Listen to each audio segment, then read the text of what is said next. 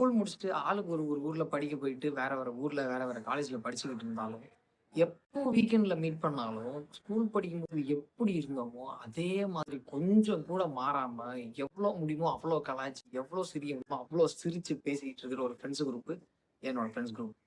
இது எல்லாருக்கும் இருக்கிறது தான்டா அப்படின்னு நீங்க சொன்னாலும், எனக்கு அது கொஞ்சம் ஸ்பெஷல் தான்.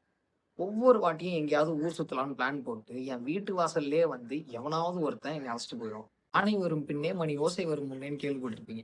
அதே மாரி தான். ஒவ்வொருத்தனும் அழைக்க வரப்ப ஒவ்வொரு விதமா இருக்கும். ஒருத்தன் அழைக்க வரப்போ கரெக்ட்டான டைமுக்கு வீட்டு வாசல்ல அவனோட வண்டி சவுண்ட் கேட்கும். அவன் ஹார்ன் அடிக்க மாட்டான், கத்த மாட்டான், எதுவுமே பண்ண மாட்டான். வந்து நான் வெளிலயே வரலனாலும் வீட்டு வாசல்லயே நின்னுட்டு இருப்பான். இது ஒருத்தன்.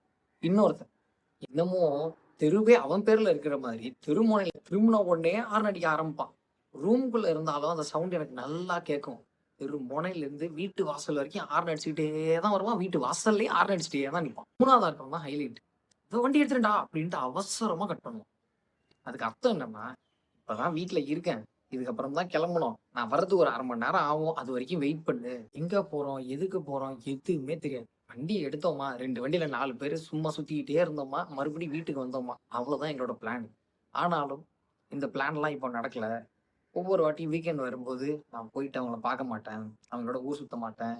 இதெல்லாம் நடக்கிறதே இனிமே கஷ்டம் அப்படின்னு லைட்டா நினைக்கும்போது, கொஞ்சம் வருத்தமா தான் இருக்கு.